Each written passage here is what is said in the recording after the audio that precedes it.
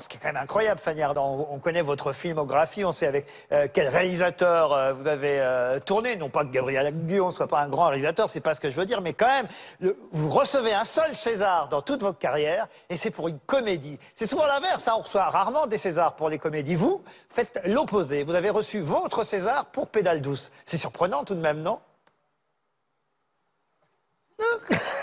Je savais que ça allait être difficile. J'ai été placé à côté d'elle pour traduire. Ah, ça veut dire, oui. C'est pas la honte non plus, quoi. Vous vous souvenez que d'ailleurs vous n'étiez pas présente, vous jouiez Masterclass à l'époque sur scène, et vous étiez dans les coulisses quand on vous a appris la nouvelle de ce César. Ça vous a surpris tout de même, j'imagine, à l'époque, d'obtenir un César pour ce rôle-là, pour le rôle d'Eva. Oui. Quand même. Merci, Fanny. Non, mais c'était une joie, c'était une joie.